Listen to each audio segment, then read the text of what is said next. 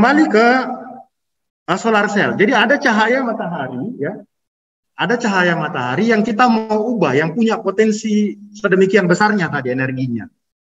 Kita mau ubah jadi listrik. Nah, untuk mengubahnya kita kenal ya, kita sudah tahu. Kita butuh solar cell ya. Nah, tapi untuk paham solar cell, kita tidak bisa abaikan materi atau topik tentang semikonduktor. Karena solar cell itu dibuat dari bahan semikonduktor. Kalau di kurikulum kita, materi semikonduktor kan dibahas di mata kuliah bahan-bahan listrik ya. Nah, tapi nanti apakah sejauh yang akan kita pelajari ini yang kalian dapatkan di mata kuliah itu? Saya yakin tidak sama ya levelnya. Nah, apa yang perlu kita pahami? Bahan semikonduktor atau bahan dasar untuk membuat solar cell yang ada sekarang yang banyak ya, yang umumnya atau yang paling dominan. Jadi solar cell, solar panel itu dominan dibuat dari bahan semikonduktor. Bukan berarti semua bahan semikonduktor, tidak. Nanti kita lihat ada teknologi yang lain yang bahannya bukan. Ada yang dicat, ada macam-macam ya. Nah, bahan semikonduktor ini aplikasinya untuk misalnya apa? Karena dia punya sifat kemampuan mengalami perubahan konduktivitas dengan mudah. Semi, dia ada di antara isolator dengan konduktor. Berarti ada kondisi di mana dia bisa seperti isolator, tapi kondisi tertentu dia bisa seperti konduktor. Kan gitu sederhananya memahami begitu ya. Dalam arti sifatnya bisa berubah. Nah, nanti kita lihat lebih dalam. Misalnya dengan penambahan impurities. Ya. Jadi ada bahan-bahan lain ditambah di atom-atom semikonduktor tertentu, dia bisa ubah sifatnya atau sifat konduktivitasnya. Kemudian, ini beberapa ciri semikonduktor ya. Konduktivitasnya juga dapat diubah dengan memberi tegangan. Kita lihat contohnya juga nanti. Dan yang terakhir untuk solar cell-nya, ya, itu umumnya dibuat dari bahan semikonduktor tipe PN. Jadi dia seperti dioda. Jadi kalau di elektro kita kenal dioda, ya sebenarnya solar cell itu seperti dioda. Begitu. Kebalikan dari dioda. Ya. Kebalikan dari dioda. Kalau dioda dia kerja, dia menghantar, waktu dikasih tegangan gitu kan. Nah, kalau solar cell, dia kan sebaliknya. Dia yang menghasilkan tegangan. Ya, sederhananya gitulah. Jadi gimana caranya supaya dia bisa menghasilkan listrik, itu akan kita lihat. Terus selanjutnya kita cek atau kita lihat lebih dalam semikonduktor itu tadi. Nah, ini lagi kembali ke kimia ya. Di tabel periodik, ya sayangnya elektron tidak dapat kimia ya kita ya. Di tabel periodik, kita bisa lihat ada golongan-golongan di situ kan? Ada yang masih ingat enggak? Ya paling tidak dapat kimia di SMA lah. Gitu. Kalau di S1 Elektro Unipa enggak dapat kimia ya minimal masih bisa ingat-ingat yang di SMA ya. Nah. Bisa lihat di situ tabel periodik ya. Semikonduktor itu terdiri dari atom yang terikat bersama membentuk struktur yang seragam. Setiap atom dalam hal ini nanti contohnya silikon ya. Silikon ada di golongan berapa? 4. Si itu silikon. Jadi atomnya di situ atomnya hanya biasanya kan masih ingat kan di cara baca tabel periodik. Ini ada angka di atas ini. Angka di atas ini berapa? 14 ya. Nah, 14 itu apa? Saya lupa.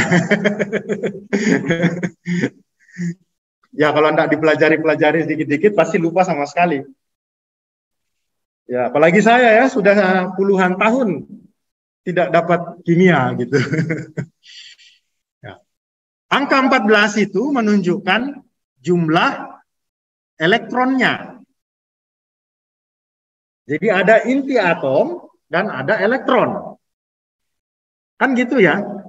Nah, kalau atom ini kan punya apa? 3 kan biasanya. Ada proton, ada neutron, dan ada elektron kan.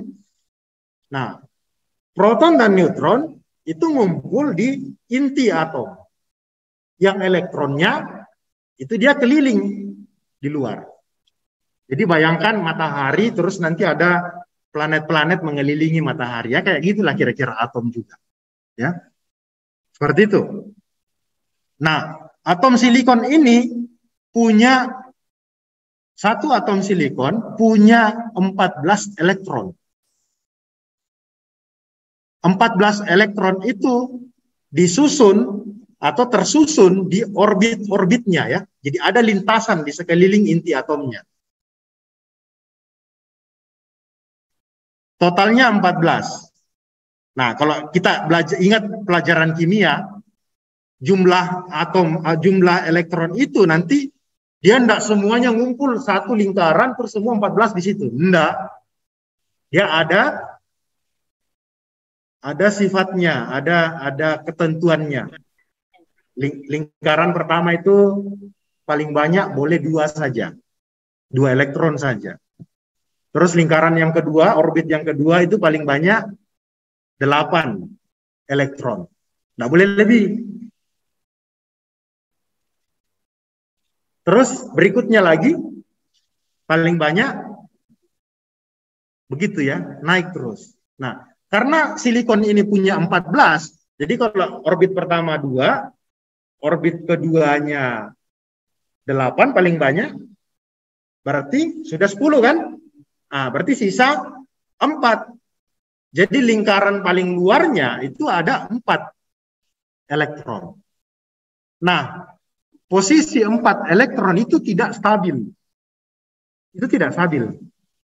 Artinya apa? Kalau stabilnya berapa? Ya yang stabil itu tadi ya, contohnya 2, 8, dan seterusnya. Itu baru stabil. Jadi karena dia cuma 4, berarti dia tidak stabil. Dia tidak stabil sifatnya ya. Nanti kita lihat lebih dalam susunannya. Di alam, ini jadi pengetahuan. Di alam, bahan silikon ini ditemukan dalam bentuk silikat atau silikon dioksida. Dan kandungan silikon dioksida ini ada sangat banyak. Ya. Pasir silika lah bahannya. Saya pernah bicara dengan teman dosen di geologi, ini di Papua banyak pasir silika kan? Banyak katanya. Ya. Nah, kalau kita punya data itu misalnya atau seluruh Indonesia ya, total saya rasa ada datanya ya. Total potensi silika Indonesia itu sebesar 17 miliar ton. Nah, 50 ton pasir silika itu bisa diubah jadi solar cell, itu berkapasitas 1 megawatt peak. Tidak seberapanya ya. 50 ton sudah dapat 1 megawatt peak. Andaikan pasir silika di Indonesia ini diubah, bangun pabriknya, produksi solar cell-nya. Bahan bakunya ada kok, kita punya pasir silika. Nah, kayak gitu. Jadi potensinya, energinya ada, bahan baku pembuatnya ada, teknologinya kita ada enggak? Ya beli berarti toh. Teknologinya ya beli. Orangnya yang kuasai, saya yakin banyak. Tapi banyak tersebar di luar negeri. Ya mungkin juga ada di dalam negeri ya, yang memang fokus bagaimana membuat sel surya itu dengan teknologi-teknologi yang terbaru, terkini. Saya yakin juga ada peneliti di Indonesia yang fokus ke situ. Jadi ini hal yang kita punya potensinya sangat besar. Tinggal Toki Palu saja tuh, kan bikin sudah. Ini uangnya, tunjuk orangnya, gitu. Bikin. Itu bisa saja. Di Vietnam saja yang resource-nya terbatas, bisa memimpin ASEAN dalam hal penggunaan PLTS kan. Kalau kita punya resource kok tidak dimaksimalkan, tidak diberdayakan. Ini kayak main-main saja ya 154 megawatt itu.